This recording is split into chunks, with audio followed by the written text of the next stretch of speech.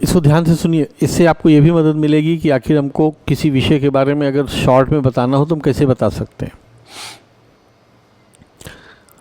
स्त्री के अशिष्ट रूपण प्रतिषेध अधिनियम जो कि 1986 में लेजिस्लेटेड है, ये एक लंबे संघर्ष का परिणाम है।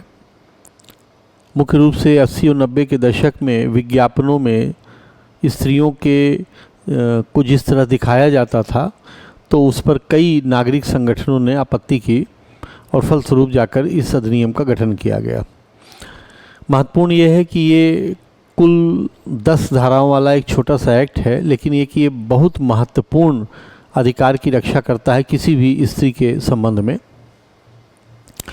स्त्रियों की शारीरिक स्वायत्तता, उनकी शारीरिक गरिमा और जीवन के जो अधिकार हैं, गरिमापूर्ण जीवन के अधिकार को, वो मुख्य रूप से ये अधिनियम उसको सेव करता है।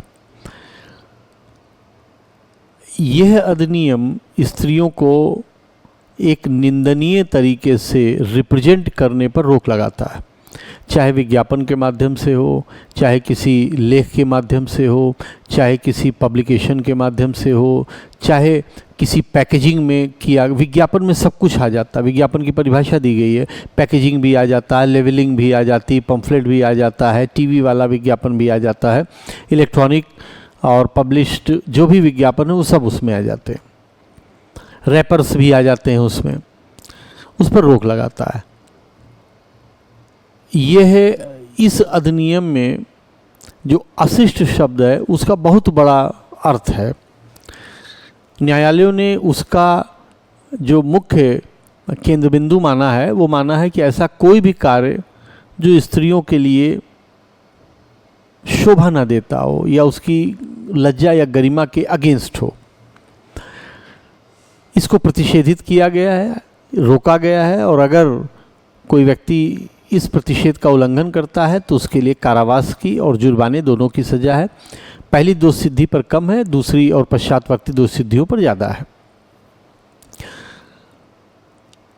इसके अतिरिक्त उन सारी सामग्रियों को अभिग्रहित करने की शक्ति भी दी गई है एप्रोप्रिएट अधिकारी को, जिसे कि ये एक राजपत्रित अधिकारी होगा जिसे राज्य सरकार डेजिग्नेट करती है।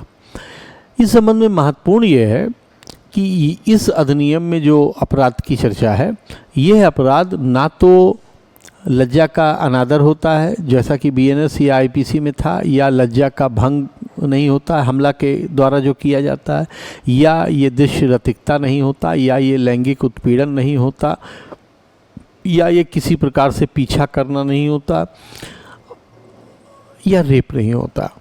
तो कुल मिलाकर के बात यह है कि ये जितने भी अपराध बीएनएस में स्त्रियों के प्रति गंभीर रूप से माने जाते हैं, ये वो सब नहीं है। ये सिर्फ क्या है कि किसी भी विज्ञापन में स्त्रियों को इनडिसेंट तरीके से प्रदर्शित किया गया हो। ये एक छोटा परंतु महत्वपूर्ण अधिनियम है जो कि स्त्रियों के अधिकारों की रक्षा करता है।